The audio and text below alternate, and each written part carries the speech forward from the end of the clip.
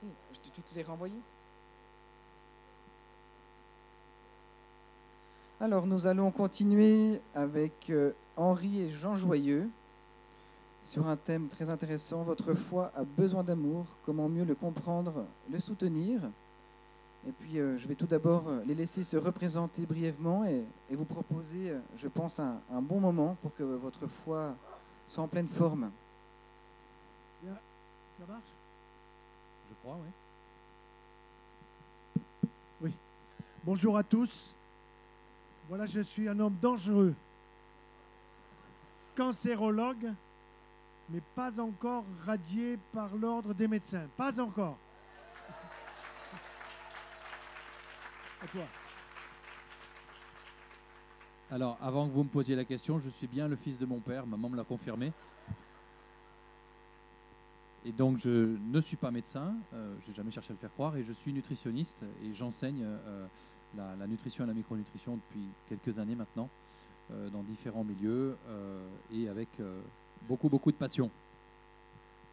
Alors moi, je suis en bonne santé grâce à ma femme d'abord, Ouais. et ensuite à lui. Alors, savez-vous que vous avez tous autant de cellules dans votre cerveau qu'un prix Nobel? Mais ce que vous ne savez pas, c'est que vous avez 3 fois plus de cellules dans le foie que vos cellules dans votre cerveau. Ça veut dire que si vous voulez être en pleine forme, si vous voulez devenir centenaire, mon livre actuel qui vient de sortir, il faut que vous aimiez votre foi. Alors votre foi, sachez bien, j'ai opéré beaucoup de malades, porteurs malheureusement de tumeurs du foie. Votre foie, c'est une éponge de sang qui reçoit le sang qui vient de l'intestin. Ça veut dire qu'il y a eu la barrière entre tous les aliments que nous avons pris dans notre palais des saveurs, puis digérés dans notre estomac, passés dans l'intestin. Ils ont passé ces petits nutriments, la barrière intestinale, quand il n'y a pas de porosité, pour passer vers le foie, lequel va faire un boulot extraordinaire. Nous ne connaissons pas toutes ses fonctions, mais il va fabriquer des éléments pour notre vie, des enzymes, des protéines, des hormones. Il va même détoxifier toutes les cochonneries que l'industrie productiviste nous envoie. Il le sait, il a énormément de possibilités de nous aider, mais il faut que nous l'aimions. Il n'aime ni les virus, ni trop d'alcool, ni trop de sucre. Et vous savez que ce problème de sucre est un problème majeur dans notre société. Quand vous êtes aux États-Unis, en regardant les gens, vous voyez ceux qui ont un foie malade. Et ils attendent que quelqu'un se tue en moto sur l'autoroute pour récupérer son foie. Récemment, avec le Covid, on a dû transplanter du foie, faire des transplantations hépatiques chez des gens qui avaient été abîmés par un calmant qu'on nous a poussé à consommer. Je parle de nos ministres incompétents, qui était le Doliprane. Des gens se sont gavés de Doliprane. On a acheté, vidé les pharmacies. On a abîmé le foie. Notre foie, nous l'intoxiquons non seulement par l'alimentation, mais par trop de médicaments, car tous les médicaments que nous prenons passent par le foie. Alors, une des maladies les plus fréquentes aujourd'hui, c'est la maladie des oies. Mais le foie gras des oies est excellent pour la Noël. Mais beaucoup de gens ont le foie gras. NASH. NASH, ça veut dire non-alcoolique, hépatique, stéatosis, peu importe. Ça veut dire, madame, monsieur, vous avez le foie gras. Vous regardez les matchs à la télé. Vous avez le cul dans le fauteuil à regarder des conneries. Vous mangez mal. Vous vous gavez de yaourt. Or, le yaourt, c'est la veille du départ dans l'au-delà seulement, vous le savez bien. Donc, notre foi, si nous voulons l'aimer, il va nous le rendre. Ça veut dire qu'il va vous envoyer à votre cerveau les meilleures molécules. Et notre cerveau en a besoin pour décider, pour bien dormir, pour avoir des relations sociales de qualité. C'est pour ça que nous avons des hommes politiques qui ne vont pas bien. Ils ont le foie malade et ça se répercute sur leur cerveau et sur les décisions qu'ils prennent. Et c'est pour ça que vous êtes aussi nombreux. Alors, comme Jean va vous l'expliquer, dans le foie, nous pouvons, par notre alimentation, bien réfléchie, il ne s'agit pas de peser ça pour savoir quel nanogramme de ceci ou nanogramme de cela, mais il y a de grandes orientations. Et ces grandes orientations, bien évidemment, ce n'est pas les laboratoires pharmaceutiques qui vont vous les donner. Vous avez entendu mon collègue Marc-Henri il y a quelques instants sur l'eau. Si on nous passait à la moulinette, on sortirait de la flotte. Mais si on passait à la moulinette notre cerveau, on passerait beaucoup de gras, on sortirait beaucoup de gras. Notre foie fabrique du cholestérol et du très bon cholestérol, quand on a tous les enzymes qu'il faut, bien entendu. Notre foie est capable de prendre un bon verre de vin à la fin du repas, mais un ballon, ce n'est pas un litron. Donc, ça veut dire qu'il faut de la modération. Et il va vous le dire parce que votre foie est capable de vous parler. Mais je ne l'entends pas, mon foie. Mais si, vous l'entendez parce qu'en pleine nuit, à 3 heures du matin, vous êtes éveillé et vous voulez vous rendormir et vous n'y arrivez pas. C'est votre foie qui vous le dit. C'est votre foie qui vous dit qu'après un gros repas, il faut faire la sieste. Vous vous réveillez, vous ne savez pas où vous êtes. Voilà, tout ça, ce sont des choses très simples et c'est pour cette raison que nous avons publié ce bouquin « Votre foie a besoin d'amour » qui vous détaille les cellules du foie qui sont des merveilles absolues, qui ont autour d'elles des cellules immunitaires qui sont là pour récupérer les déchets parce que quand elles travaillent, elles fabriquent, mais quand nous fabriquons quelque chose, il y a toujours quelques petits déchets, alors il faut les éliminer et là, ce sont les voies biliaires. Et votre bile, si elle est belle, elle est jaune d'or. Et quand nous opérons des patients qui se gavent de produits laitiers, qui se gavent de sucre, qui se gavent d'alcool, qui ont du stress en plus, qu'est-ce que nous observons? Nous observons une vésicule biliaire qui est l'assistante du foie, qui est empâtée, qui est pleine de boue, qui va fabriquer des cailloux, et vous allez avoir les yeux, le blanc des yeux qui devient jaune, un ictère, la jaunisse, et vous allez faire une inflammation de la vésicule biliaire. Récemment, une jeune femme hospitalisée en urgence avec une douleur de l'épaule droite, on s'est dit c'est le cœur, elle va voir le cardiologue il sait où est le cœur, il ne sait pas où est le foie. C'est ça la médecine d'aujourd'hui. Elle n'avait rien au cœur, elle avait des cailloux dans la vésicule biliaire, elle le savait bien, mais elle ne savait pas qu'il faut le dire au toubib. Donc elle ne lui avait pas dit, et le toubib lui avait dit, les cailloux, ce n'est pas dangereux. Mais si, les cailloux dans la vésicule biliaire, ça donne des calculos, cancer de la vésicule biliaire, et puis vous en avez un, vous n'avez pas 2 ans de vie devant vous. Il faut faire attention à ce que l'on consomme dans nos habitudes alimentaires. Mais on ne va pas vous le dire.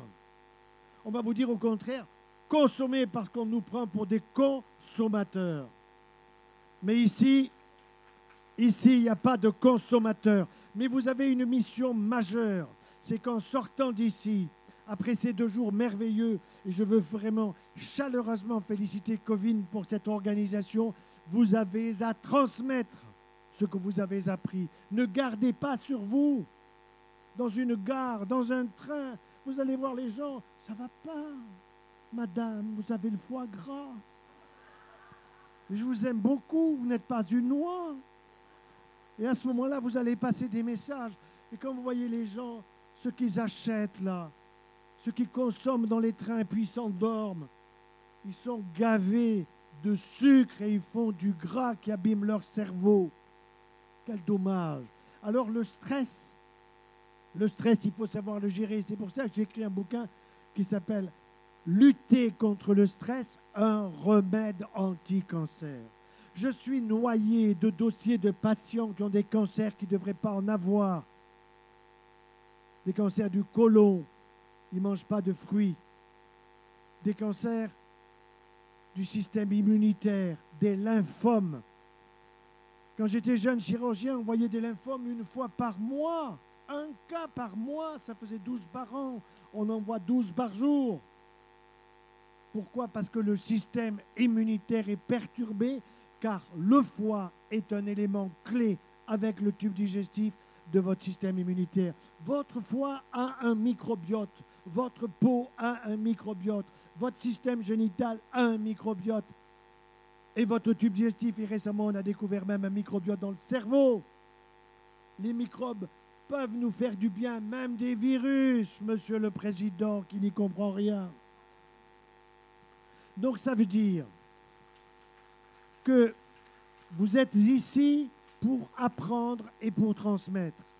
Ça, c'est la passion que nous avons tous les deux et mon épouse avec nous, qui vous fera demain une démonstration pour la cuisson idéale pour la santé. Idéale pour la santé. Ça, c'est capital à retenir, parce que si vous avez de bons produits que la nature vous donne et que vous les abîmez par la cuisson, eh bien là aussi, votre foie va vous le dire. Ça veut dire que nous devons être attentifs à notre propre état de santé. Et cet état de santé nous est donné. Nous sommes faits pour 1 siècle de vie et peut-être au-delà. Récemment, je recevais un article qui disait que j'étais un des conseillers santé d'Edgar Morin depuis l'âge de 92 ans. Je ne lui fais pas des ordonnances. Je lui donne des conseils de santé avec des produits naturels. La propolis des abeilles, le bon miel du Jura, le bon miel de votre région, les pollens pour l'équilibre de votre tube digestif. Tellement de produits de qualité que les abeilles nous donnent, que je plains les véganes qui disent non, je ne touche pas aux abeilles. Mais les abeilles, ça fait 20 millions d'années, elles étaient là avant nous, elles nous attendaient. Et malheureusement, l'agriculture productiviste est en train de les flinguer. C'est une honte de notre organisation sociale. Donc nous avons une mission devant nous qui est d'une très très grande importance pour la santé du plus grand nombre. Alors Jean, je vais te passer la parole pour que tu puisses nous dire non seulement comment protéger notre foie, mais comment, quand notre foie ne va pas bien, quand il déconne, quand on est fatigué, quand ça ne va pas, quand on a mal là-bas sous les côtes, qu'est-ce qu'il faut faire?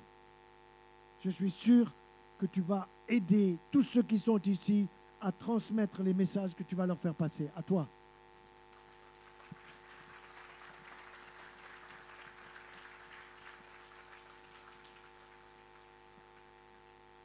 Il va falloir que j'apprenne à parler lentement et à m'assurer que tout le monde entend. Est-ce que c'est le cas?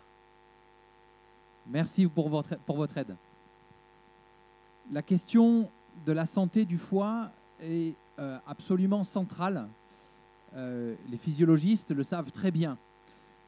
Quand on parle de détox dans le grand public, c'est quelque chose qui souvent est présenté comme une tendance un peu à la mode dans les thérapies naturelles, les médecines entre guillemets douces. Alors les médecines douces, quand vous regardez la toxicité que peuvent avoir les huiles essentielles, je pense que le terme de douce est à relativiser fortement. Il faut avoir conscience qu'il ne s'agit pas juste d'une idée qu'on se fait du fait que la nature soit foncièrement bonne pour la santé. La ciguë et la belladone sont tout à fait naturelles et peuvent vous envoyer ad patres assez facilement. Donc ce n'est pas juste une question de réflexion sur la nature, mais c'est une réflexion qui trouve un sens dans une réalité physiologique très bien connue notamment d'une discipline particulière de la pharmacologie qu'on appelle la toxicologie. En toxicologie, on étudie la pharmacocinétique, la pharmacodynamique d'une molécule. On étudie la façon dont elle rentre dans un organisme, sa durée de vie, les récepteurs, les transporteurs. Et puis surtout, on vérifie la demi-vie, c'est-à-dire la vitesse à laquelle, très schématiquement, la vitesse à laquelle et la façon dont elle va être éliminée. Et pour être éliminée, n'importe quelle molécule doit passer par des réactions biologiques bien particulières qu'on connaît bien, qu'on appelle des réactions de détoxication. Donc, je tiens à préciser qu'il s'agit de parler de détoxication, qui est un phénomène biologique très sérieux, très solide, et pas de l'intox. C'est quelque chose de vraiment très précieux pour protéger nos organismes au quotidien. Notre foie est une usine biochimique absolument fabuleuse qui a des fonctions par dizaines, peut-être par centaines si on les regarde dans le détail. Et ce sont des fonctions de stockage, de déstockage, par exemple le glucose qu'on peut stocker sous l'effet de l'insuline ou déstocker sous l'effet du glucagon, de l'adrénaline, du cortisol. Donc il est en position tout à fait centrale dans le système endocrinien et il est en position charnière, c'est la plaque tournante métabolique. Tout ce qui est absorbé par l'organisme va tôt ou tard passer par le foie. Et le foie va se charger en collaboration avec le système digestif en particulier et le système urinaire d'éliminer les substances toxiques. Donc la première chose importante, et je fais écho à la conférence précédente, c'est de bien s'hydrater et de choisir une eau de qualité, plutôt une eau peu minéralisée et pas forcément l'eau du robinet trop chlorée, trop nitrée, etc. Donc l'hydratation a énormément d'importance parce que les flux biologiques, toxiques et de détoxication sont très fortement dépendants de l'eau. Ensuite, quand on parle de détoxication, on entend par là que ce sont des réactions biologiques qui sont donc gérées par des enzymes. Les enzymes, ce sont des macromolécules protéiques dont la structure est présente dans le code génétique. Et ces molécules, comme toutes les protéines, ne sont pas capables de fonctionner sans ce qu'on appelle des cofacteurs enzymatiques. Les cofacteurs enzymatiques, très concrètement, c'est quoi? C'est les vitamines, en particulier les vitamines du groupe B, et c'est les minéraux et les oligo-éléments. Et les phases 1 et phase 2 de la détoxication hépatique sont de très grandes consommatrices de vitamines du groupe B, de zinc, de sélénium, de fer, de manganèse, de magnésium, de cuivre. Et si tous ces micronutriments sont absents de vos habitudes alimentaires, je ne parle pas de régime, je préfère parler, pour faire écho à tous les travaux de Michel Delorgeril, de modèle alimentaire, de façon de penser son alimentation. Si vous avez une alimentation qui est pauvre en nutriments, eh bien, vous n'apportez pas ces nutriments indispensables aux fonctions enzymatiques de votre foie. Et c'est déjà une première possibilité, très fréquemment rencontrée, de commencer à accumuler progressivement les toxines, un peu dans le foie, un peu dans le tissu adipeux, etc. Et donc, la première étape importante, c'est de bien comprendre que pour avoir un foie qui fonctionne bien, il faut lui apporter tous les nutriments dont il a besoin. Donc, première étape, avoir une alimentation à haute teneur micronutritionnelle, des aliments complets. Éviter totalement les aliments raffinés dont on a enlevé les fibres, mais pas seulement. On en a enlevé les vitamines, les minéraux, les oligo-éléments. Donc, il faut revenir à une alimentation issue d'une agriculture intelligente, qui travaille en collaboration avec la nature, avec la microfaune, avec les lombrics, les vers de terre, etc. Il faut revenir à une production intelligente qui respecte l'équilibre qui est à l'origine de la vie humaine. On ne peut pas faire autrement, sinon on est en train de scier sur la branche, on est en train de scier la branche sur laquelle on est assis. Donc, réfléchir à une alimentation de qualité, du bio, du vrai bio, du bio logique, pas du bio commercial qui vient d'une serre en Bretagne. Voilà, les tomates au mois de décembre, c'est ni fait ni à faire. Je pense qu'on est tous à peu près d'accord là-dessus. Respecter le rythme des saisons, c'est laisser l'opportunité aux végétaux d'être agressés par le climat, par le soleil, par les insectes. Et c'est de cette façon-là, pour se défendre, qu'ils vont produire ces principes amers qu'on trouve dans la feuille de l'artichaut, dans la feuille du pissenlit, hein, et qui sont capables de stimuler certains aspects de la détoxication de notre foie. Donc le choix de notre alimentation, c'est la première étape, le choix de la qualité, c'est la première étape pour commencer à prendre soin de notre foie. Ne pas l'intoxiquer, c'est une deuxième étape qui est en partie vue par le choix de l'alimentation, mais il faut avoir conscience que aujourd'hui, le nombre de substances toxiques pour le foie est devenu dramatiquement incontrôlable. Quand vous prenez une par une les substances de façon isolée, vous vous dites, bon, il y en a une faible quantité, ça va. On a des études qui montrent qu'à cette quantité-là, ce n'est pas spécialement toxique. Bon, bah, très bien. Alors, continuons à manger des végétaux industriels pourris au glyphosate et puis tout ira bien. Sauf qu'il y a quand même des problèmes qui apparaissent. Pourquoi ? Bah, déjà parce qu'il y a la toxicité intrinsèque de chaque molécule, mais en plus, il y a un phénomène que les toxicologues connaissent bien et enseignent aux pharmaciens dans toutes les universités du monde, c'est l'effet cocktail. L'effet cocktail, c'est quoi ? Chaque molécule, seule, quand on l'étudie, on est capable de dire qu'elle va être prise en charge par le cytochrome P2A3 ou P3A4, ou, on le sait de façon assez détaillée. Mais ce qu'on ne sait pas, c'est qu'elles peuvent être utilisées aussi par d'autres cytochromes, donc les enzymes de la phase 1 de la détoxication hépatique, et qu'elles peuvent, quand on en apporte plusieurs à la fois, commencer à saturer les cytochromes et à empêcher les voies de détoxication de fonctionner correctement. Et c'est un des gros problèmes dans la maîtrise que l'on a des polymédications, c'est qu'au-delà de 2 à 3 molécules, ça devient très difficile de comprendre exactement ce qu'est cet effet cocktail. Imaginez, vous avez un antidouleur, un anti-inflammatoire, un antidépresseur, une statine, peut-être un antihypertenseur ou deux, un antidiabétique oral, mais vous avez énormément de gens qui, passés 50 ans, ont ça et plus. Sauf qu'au-delà de 3 à 4 molécules différentes, on ne sait plus ce qui se passe. Donc on aurait tout intérêt à chercher à travailler à l'origine et à protéger le foie quand il est confronté à toutes ces substances-là.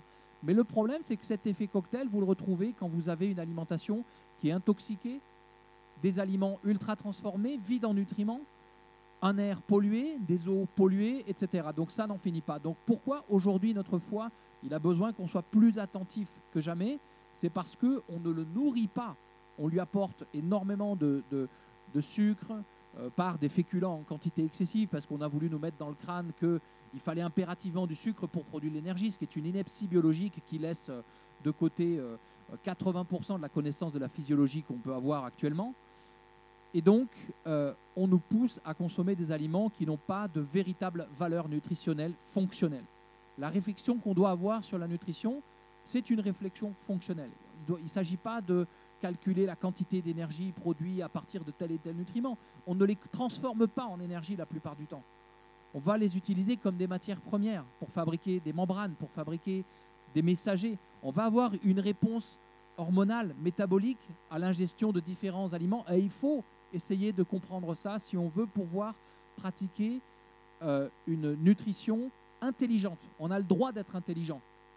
On a le droit de réfléchir, on a le droit de poser des questions, on a le droit d'objecter à ce qui nous est déversé dans le crâne du matin au soir, où on chercherait à nous faire croire que se détoxifier, c'est n'importe quoi, ça peut même peut-être être dangereux. Vouloir jeûner, si vous sautez un repas, vous allez être carencé, mais on ne se carence pas en sautant un repas, c'est pas vrai. Ça n'a jamais été démontré, ça.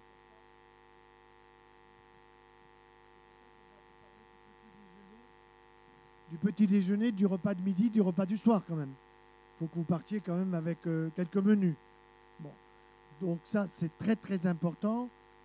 3 repas par jour. Le jeûne, on va vous en parler également. Mais on va rester dans le concret. Alors dans le concret, pour prendre soin de son foie, il faut être capable de penser à 2 façons de se détoxifier. La détoxication au quotidien et la détoxication ponctuelle. En cure, hein. Je pense que c'est ce à quoi vous pensez. La détoxication au quotidien, c'est manger beaucoup de végétaux frais, de saison. Frais parce que quand vous les faites cuire, quand vous les faites attendre, les nutriments utiles sont dégradés. Ils sont sensibles à l'oxydation, sensibles à la chaleur, sensibles au vieillissement. Ce sont des molécules qui ont une durée de vie limitée. C'est pour cette raison probablement qu'on parle parfois d'alimentation vivante. Alors ça fait bien mystico, gélatino, naturopathico, poilopathe.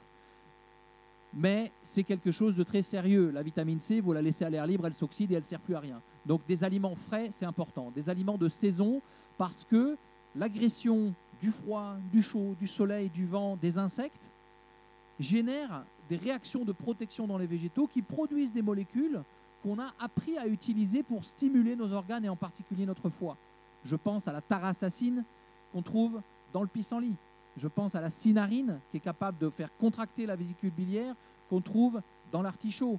Il faut penser à tous les glucosinolates qui sont des molécules extraordinaires, soufrées, qu'on va trouver dans la moutarde, dans les choux, dans le réfort, dans le radis noir, dans les radis roses, ces molécules piquantes qui apportent de la saveur aussi à notre gastronomie. Tout ça, ce sont des molécules que vous avez besoin de consommer dans votre quotidien et on en trouve un petit peu dans toutes les saisons. On va avoir, maintenant on commence à avoir des radis roses, on va avoir des radis noirs un peu plus tard, plutôt dans la période hivernale.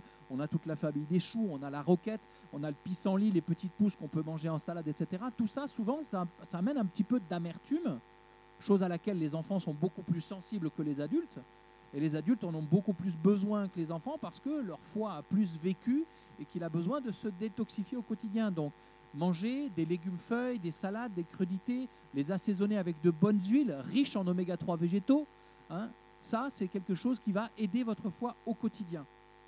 Ensuite, quand vous devez faire des cures, il va falloir penser à amener les nutriments par l'alimentation, comme on le fait tous les jours, mais éventuellement utiliser des plantes en tisane, en décoction, en phytothérapie, si possible avec pas trop d'alcool dedans, pour concentrer les principes actifs dont je vous ai parlé rapidement, qui vont permettre de stimuler éventuellement la phase 1 ou de stimuler la phase 2 de la détoxication hépatique, ou alors de stimuler carrément l'effet, on dit cholagogue, c'est-à-dire la contraction de la vésicule biliaire.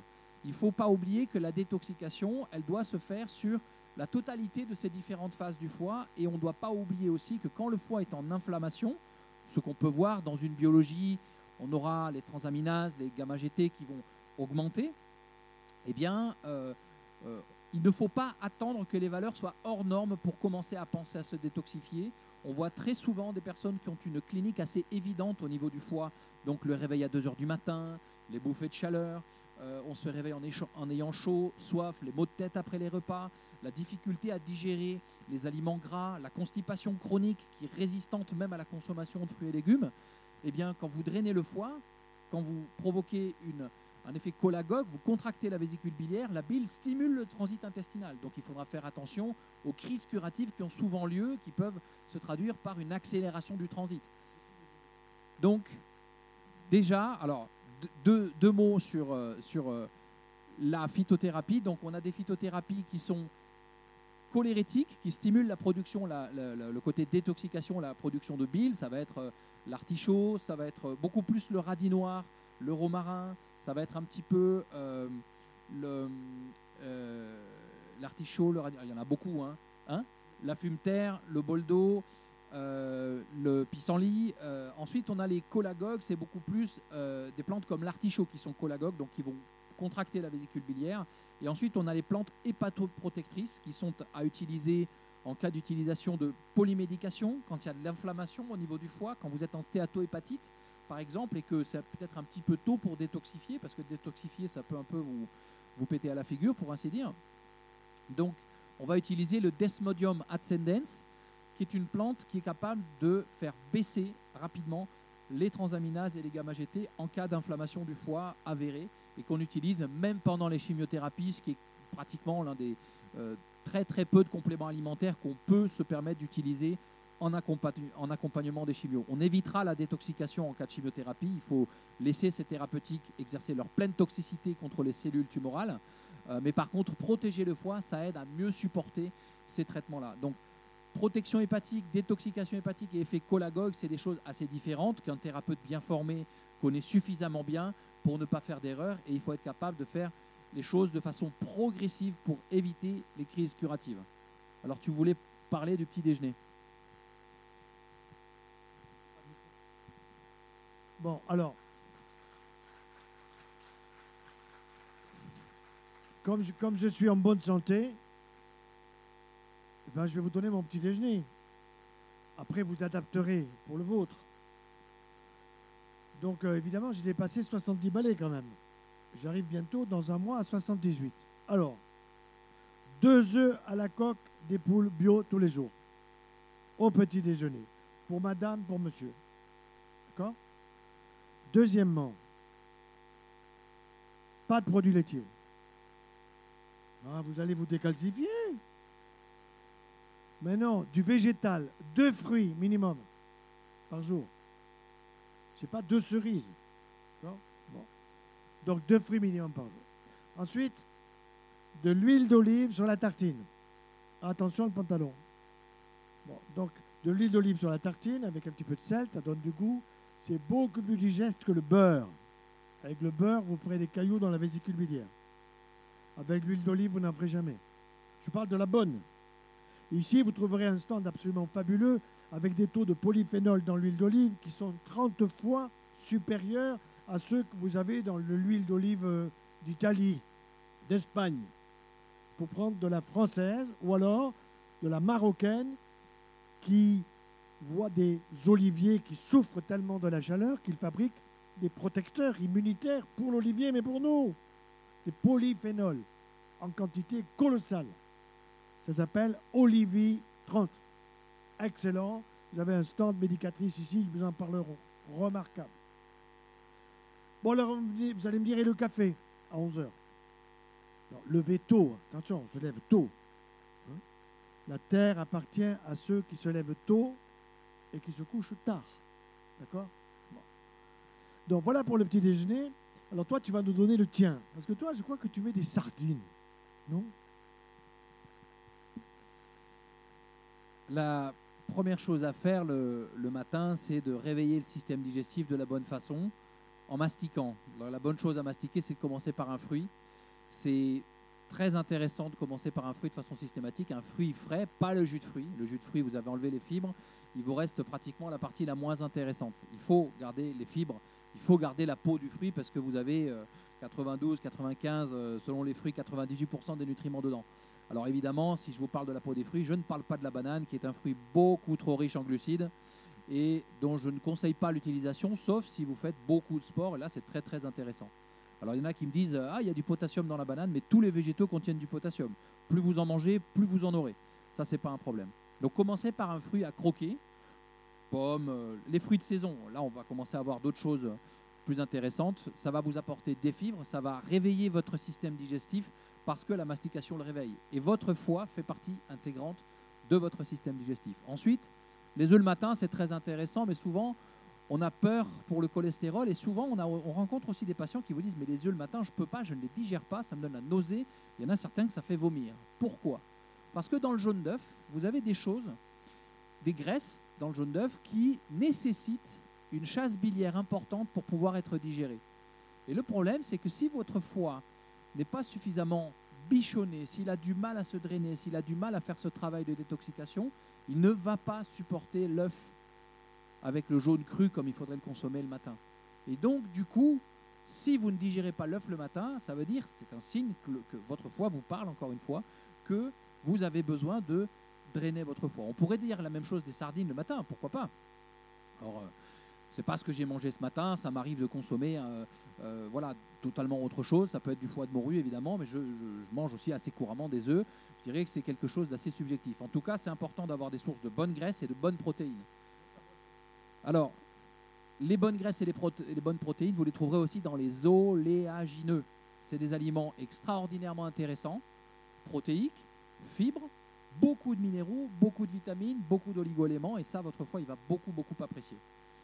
L'huile d'olive est intéressante parce qu'elle nécessite aussi une chasse biliaire.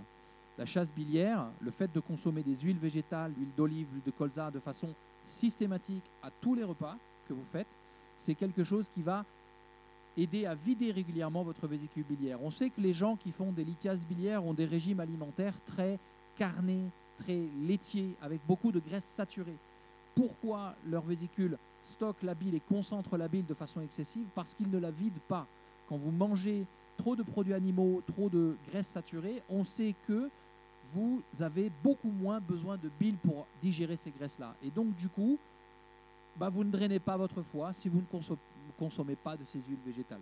Donc, manger plus gras et mieux gras, ça contribue à drainer votre foie. Ensuite, le café. Je suis assez caféinomane, hein, je l'admets. Maintenant, il faut avoir conscience que selon le type de café que vous consommez, vous pouvez avoir une réaction gastrique, en tout cas, totalement différente. Déjà, le café, il devrait être peu torréfié. Pas du café industriel qu'on va torréfier à des températures qui peuvent atteindre les 700 degrés, mais un café qui est à torréfaction lente. Des cafés plutôt sauvages, plutôt biologiques, sans additifs. Pas des cafés en capsule avec des additifs inconnus qu'on ne déclare pas, qui vous donnent une mousse que le lave-vaisselle n'arrive même pas à enlever de votre tasse. D'accord? Du café, si possible, moulu avec donc une eau qui ne dépasse pas les 80-82 degrés. Pourquoi? Parce que vous y perdez en arôme. Et ensuite, un café plutôt dense, pas un café rincé comme chez Starbucks ou ce genre de choses-là. C'est un café qui, pour moi, c'est imbuvable, ça n'a pas de goût, il n'y a aucun plaisir, on se brûle avec. Donc, il faut un café qui ait une douceur, qui n'ait pas trop d'amertume, mais qui n'ait pas un goût de brûlé. Pain grillé, oui, brûlé, non. Et puis, du café, entre 3 et 4 cafés maximum par jour. Et de temps en temps, des périodes où vous sevrez du café. Et si, quand vous sautez un café, vous avez mal à la tête, c'est que vous avez grandement besoin de faire une petite pause. Voilà. Et si vous prenez du décaféiné à l'eau biologique, c'est très important.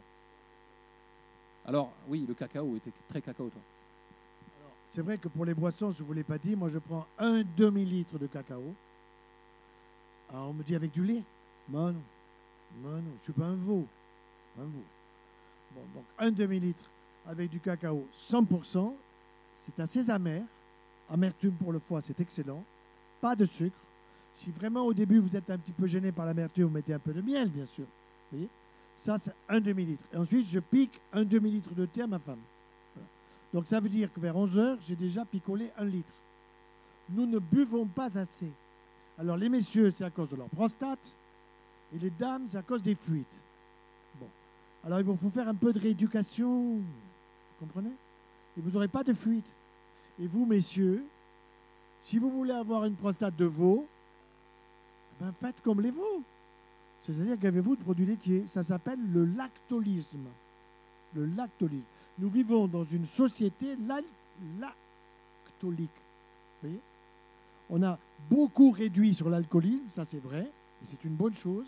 Mais maintenant, on est passé à ce lactolisme qui fait que nous consommons beaucoup trop de ces produits qui ont des facteurs de croissance. Et des cancers de la prostate, nous en voyons à l'appel. Et quand on a un cancer de la prostate, 1, il ne faut pas se faire opérer. 2, il faut faire le soleil sur la prostate. Et 3, la zézette, elle ne monte plus. C'est un gros problème. Vous voyez? Alors maintenant, il y a des solutions pour que ça, quand même, ça fonctionne. Je vous le dirai dans le creux des oreilles des dames.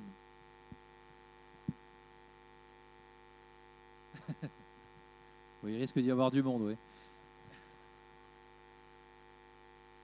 Alors, quand on parle donc de prendre soin de son foie, je vous disais, voilà, au repas de midi, commencez toujours par une crudité. C'est bien les crudités parce que vous êtes obligé de les mastiquer. Aujourd'hui, on ne mastique pas suffisamment. Quand je pose la question à mes étudiants, je fais des petits sondages comme ça en début de cursus. Je demande combien de fois, à votre avis, il faudrait mastiquer. Alors, en général, j'ai toujours un peu la même réponse qui sort. Oui, c'est 7 fois. Donc, c'est 7 fois tourner sa langue dans la bouche avant de parler. Mais c'est plutôt 20 à 30 fois selon la texture de l'aliment, voire plus. Ça veut dire que quand vous mastiquez et que vous avalez avec un grand verre d'eau, votre estomac, il va avoir un travail à faire qu'il n'est pas capable de faire. C'est un petit peu comme si vous essayiez de couper un tronc d'arbre avec un petit coup de tronçonneuse et de finir avec un coupe-ongle. Vous n'allez pas y arriver. Donc, la mastication est très très importante et commencer avec des crudités, ça amène des fibres, ça amène des éléments verts, ça amène, si vous mangez des salades très diversifiées, ça amène des choses qui vont participer aussi à drainer votre foie. Mangez beaucoup de légumes et moins de féculents. On mange trop de féculents. la fameuse portion de 100 grammes de pâte en pois sec qui est parfois recommandée par mes consoeurs diététiciennes. Je suis diététicien aussi, donc je connais la musique. Voilà. Maintenant, elles sont formées un peu différemment. Hein, ça a bougé. Il y a encore du boulot, mais ça a bougé. On entendait dire à une époque, oui, une portion de féculents pour une personne adulte, c'est 100 grammes en pois sec. Alors 100 grammes en pois sec, j'ai travaillé plusieurs années comme nutritionniste avec une équipe de cyclistes professionnels. On le donne une fois de temps en temps, la veille d'une étape de montagne, pour celui qui a l'intention d'essayer de faire quelque chose. Donc si vous êtes sédentaire et que vous mangez 100 grammes de pâtes, vous en mangez à peu près 3 à 4 fois plus que nécessaire. Donc il faut avoir conscience que les féculents, on leur a donné une place beaucoup trop importante, et c'est ce qui explique pourquoi tant de personnes disent « mais je ne comprends pas, on me dit que j'ai le foie gras, je prends du poids, on me dit que j'ai un début de diabète de type 2, pourtant je ne mange pas de sucre. » Mais le pain, les pâtes, les patates, les chips, les frites, tout ça, ça vous amène des quantités de molécules de glucose que votre foie n'est pas capable de stocker à ce niveau de quantité-là, et donc du coup, il va le transformer en graisse, sous l'effet de l'insuline. Trop d'insuline, ça vous fait prendre du poids, ça vous fait stocker du glycogène d'abord, mais si vous ne bougez pas, que vous ne touchez pas votre glycogène, vous allez faire du gras. Et le foie gras, très souvent, il est amené, quand il n'y a pas d'alcool, pas d'intoxication chronique, parce qu'il y a aussi des hépatites et des stéatoses hépatiques d'origine toxique, d'origine médicamenteuse, eh bien, donc il faut être attentif à ça. Manger moins de féculents, c'est quelque chose d'important, et c'est l'opportunité de donner beaucoup plus de place à tous ces végétaux riches en vitamines qu'il faut peu cuire, qu'il faut consommer croquant, en rajoutant des bonnes huiles. Tiens, c'est marrant, ça me rappelle un petit peu le modèle méditerranéen. Ah ouais, c'est étonnant, hein, c'est bizarre. En même temps, ce serait étonnant aussi que un régime soit bon pour prévenir un type de pathologie et mauvais pour prévenir les autres types de pathologies, vous ne trouvez pas? Donc il y a aussi une intelligence dans la nutrition du quotidien. Il faut reprendre possession de son modèle alimentaire, et il ne faut pas se le laisser dicter par la publicité ou des pyramides alimentaires bidons qui ont été inventées et refaites et encore refaites et qui ne sont jamais les mêmes, et qui vous racontent toujours qu'il faudrait manger beaucoup plus de féculents parce que sinon vous allez faire des hypoglycémies. Mais c'est le contraire. C'est exactement le contraire. Ok. Donc, prendre soin de son foie, c'est être capable de penser à l'hydrater, c'est être capable de penser à le faire travailler. C'est comme quand vous voulez entretenir des muscles, il faut les faire travailler, mais les faire travailler intelligemment, en drainant votre foie, en consommant des tisanes bonnes pour le foie, en consommant ces plantes vertes régulièrement, en consommant beaucoup de légumes, en consommant ces huiles qui font excréter la bile pour absorber les oméga 3, les oméga 6, les oméga 9. Vous ne les digérez pas sans bile. Hein, et puis, il faudra penser aussi à consommer des aliments moins cuits, parce que le foie consomme beaucoup de vitamine C. Et ensuite, pensez à régulièrement avoir des périodes où vous mettez votre système digestif au repos.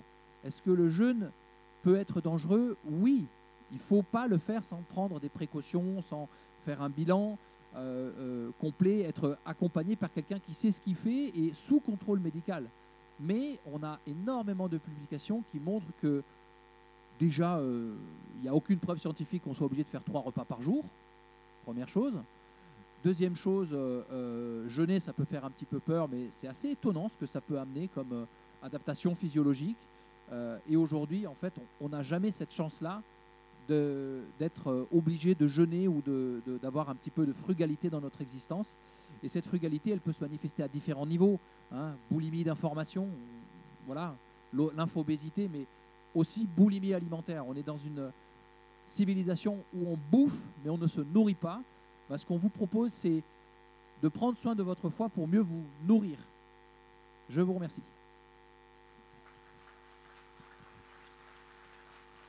Alors, pour conclure, 2 choses. On n'a pas trop parlé du gluten. Mais il y a beaucoup de bêtises qui sont dites sur le gluten, sur les intolérances et sur les allergies. Donc le mercredi 15 ou 14 juin, nous faisons un webinaire avec le boulanger de Cucugnan, avec une docteure en sciences sur les aspects du gluten. Donc là, vous aurez tous les éléments concernant la porosité intestinale. Car si vous avez de la porosité sur votre intestin, vous allez avoir des mauvaises molécules qui vont aller vers le foie. Donc l'intestin doit être protégé. Et deuxième et dernière information, vous avez une nouvelle télévision totalement gratuite qui s'appelle ABC, petit a, petit b, petit c, TOC, TALK, ça veut dire discours en anglais, ABC TOC TV. Vous pouvez y accéder gratuitement. Et là, vous avez beaucoup d'émissions. J'ai fait une émission sur les abeilles et la santé. J'ai fait une émission sur le foie également. Donc, vous en avez très régulièrement. Et là, ça vous permet d'avoir... Je ne suis pas seul à être interviewé. J'ai d'autres collègues qui y sont aussi, comme Boris Cyrulnik, par exemple. Et donc, vous avez là des informations qui ne sont pas celles de TF1 ou d'Antenne 2. Vous me suivez, ou de BFM TV. Dernier point, vous avez compris que mon collègue Raoult a raison à 100%. Et alors, en 1793, il y aurait eu une charrette avec dedans Raoult, Péronne et Joyeux. Voilà. Seulement, on n'est pas en 1793. Oui, Madame Orion-Côte, mais d'accord. On aurait été 4, mais une femme et 3 hommes, ça ne va pas, quoi. Il y avait un risque d'abus. Bon, donc, soyez rassurés. Là, vous avez compris que votre foie, il a besoin d'amour. Si vous avez des questions qui sont plus précises, certains que nous verrons qui m'ont déjà demandé des petites précisions, on les donnera. Sinon, vous passez par l'association Famille, au pluriel, Santé, Prévention. Et par là, vous pouvez accéder. Tous les dossiers me reviennent. Ensuite, je les dispatche en fonction des collègues quand je n'ai pas la compétence pour pouvoir donner des réponses de qualité. Kevin, un très très grand merci et bravo pour cette organisation.